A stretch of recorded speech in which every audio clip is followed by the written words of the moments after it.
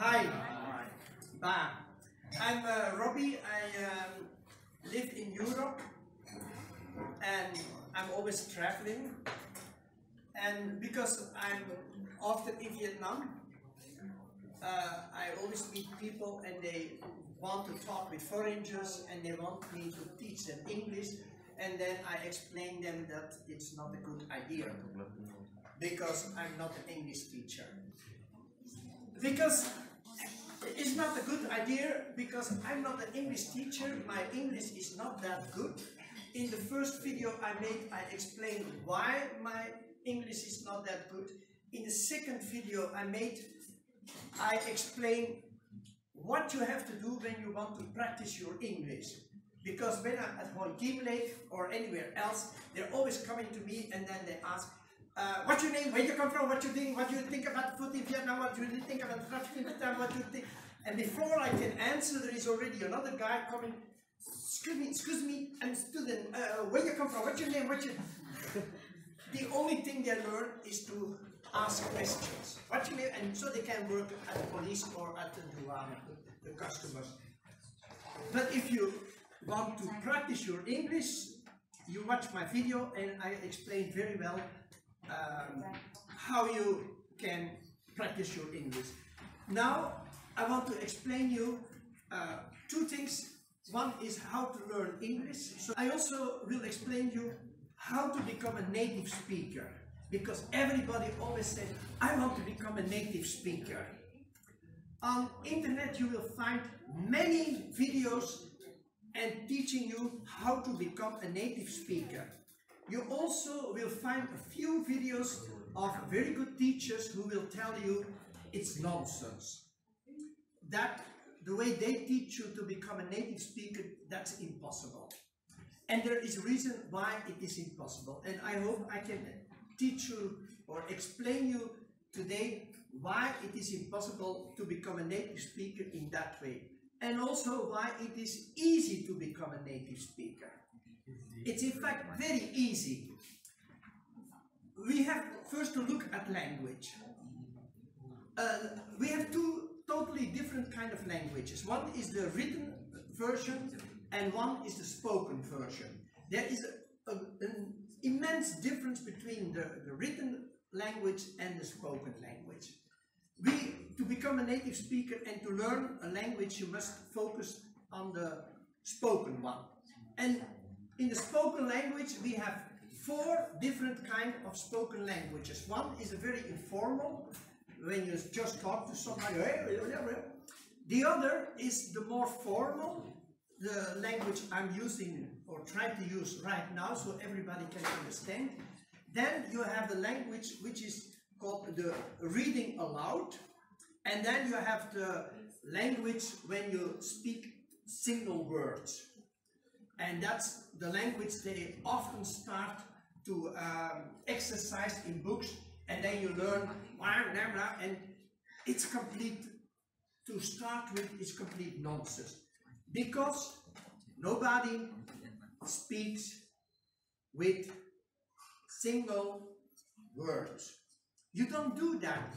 We speak and each word is embedded and there are other words before, there are other words behind. And that influences the word we speak. And when you see this color, then you think it's a dark color. When you see the same color surrounded by a dark frame, then it looks a light color.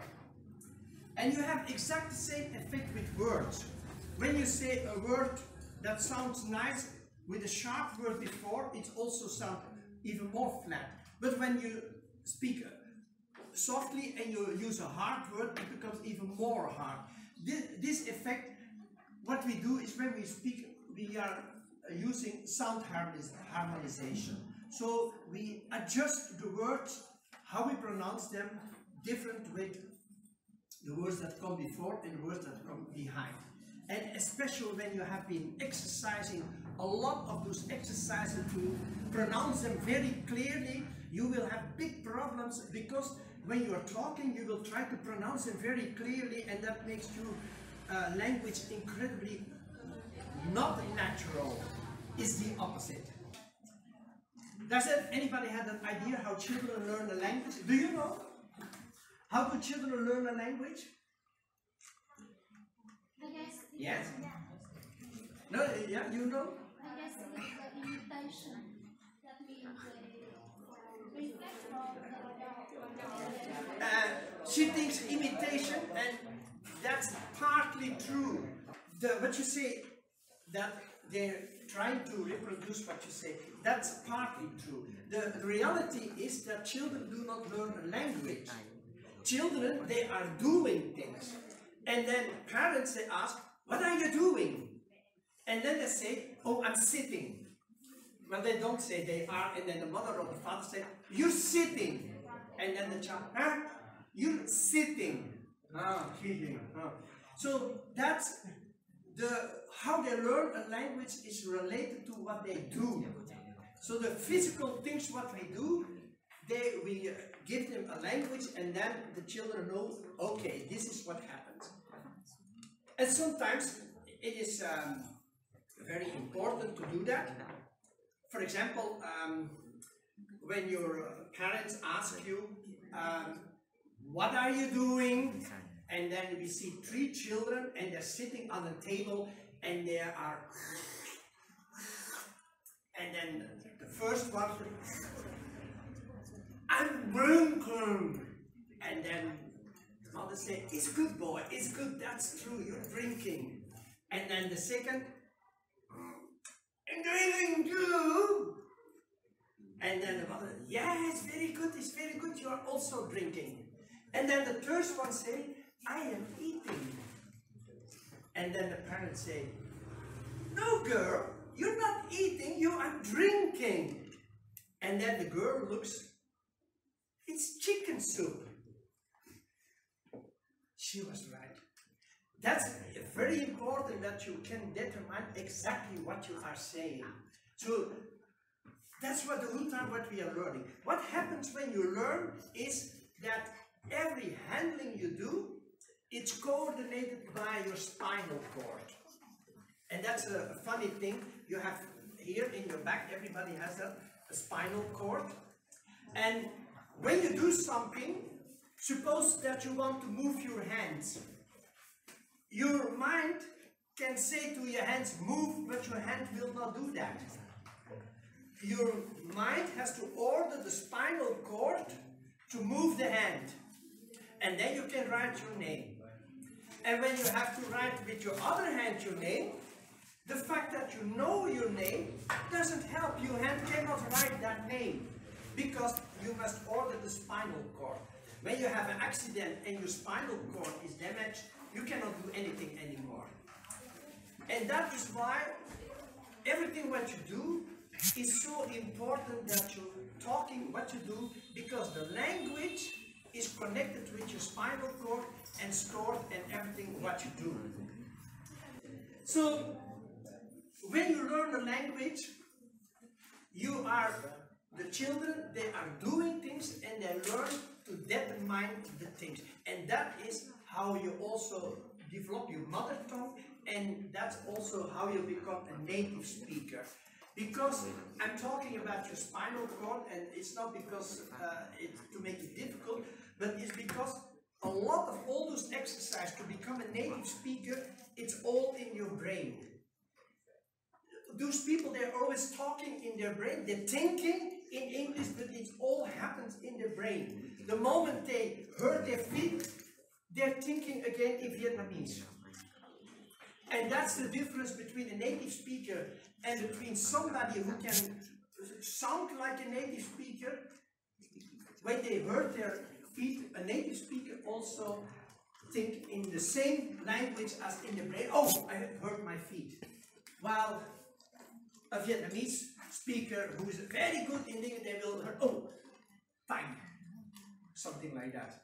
Depends on how good their Vietnamese is, of course. And that's a big difference between a native speaker and English. So when the moment you want to become a native speaker and your English is already good, it's no problem. Don't think it's difficult. The only thing you have to do is talk the whole day to yourself in English. The whole day. What are you doing? I'm doing this. Why? No. What are you doing now? I'm sitting, I'm standing. Don't think that you know what sitting and standing is. That's not enough. If you want to become a good badminton player, it's not enough to know that you have to throw it and that you just, no, I know badminton. No, you have to do it 1, 2, 50 times, 100 times, 1,000 times, till everybody, it must be, you must do it blindly, because your body develops automatisms, and they are also stored in your spinal cord, and it's the same with your language. It is so funny, if you do not remember a word, and you have been writing constantly everything, which is a very good exercise to remember things, you just start to write a sentence with that word, and without thinking you will write exactly the words you didn't remember. You can do that in Vietnamese because that's your mother tongue. When you're constantly talking to yourself in English, you will be able to do that also in the new language you are learning. That's another thing. They always think, oh, I don't learn enough vocabulary. And that's also a big problem. People are always thinking that they need a lot of vocabulary. That's not true. You don't need so much vocabulary. In normal conversations, after maybe 5 or 10 minutes, we are using only very few words because we're only talking. Oh, you have a nice drip. Well, you have a nice costume. Oh, how is it? Do you know that? We are talking very, very simple, very few words. Only when you talk about the topic, and then in general you know that topic, so you have the words there. But at school you have to learn a lot of vocabulary because they don't know what you will need later. So you have to learn a lot of words you will never use in your life. I was learning many things when I was young, and I never used it in my life, and I have quite a long life already. So to develop your vocabulary, don't worry so much. Just talk to yourself the whole time and your vocabulary will develop. The next thing is, as soon as you have a good basic, you can go to my second video, and there you will see that you have to write a nice story and talk that story every time you meet the forager. Tell it again and again and again, and every time your story will grow, your pronunciation will be better, your vocabulary will become better. Every time it will be better and better and better. And there is also very important that people think, yeah, but when they do not understand me, people understand you not because what you say, but because of the whole sentence and about what you are talking. That is why people understand you. Not because of the nice words or the nice grammar and all those things. That doesn't help. Because everybody wants to drink. I will give you a last example of how when we hear the same thing, we do not always give it the same interpretation. And that is because of our background. So I have again a drawing. It's a very famous drawing. And when you look at this drawing, you will see that for example, I see immediately a very beautiful young girl. When you are more socially, then you see an old woman. Do you see the old woman? The old woman is, the young girl has an ear here, but this is the eye of the old woman. You see it? No, I think it's a kid. Yeah, no, that's the girl, the young girl. And here, the old woman has a nose here, and this is her eye. So when you are focused on young people, oh, I have two, you can pass them. You can give them to the others and try to see. You can pass them to the others. So some people, they see a beautiful young girl, and others they see an old woman. Sorry. And when you have two boys, they will discuss about who is it, Messi or Ronaldo, because they see everywhere Messi or Ronaldo in it.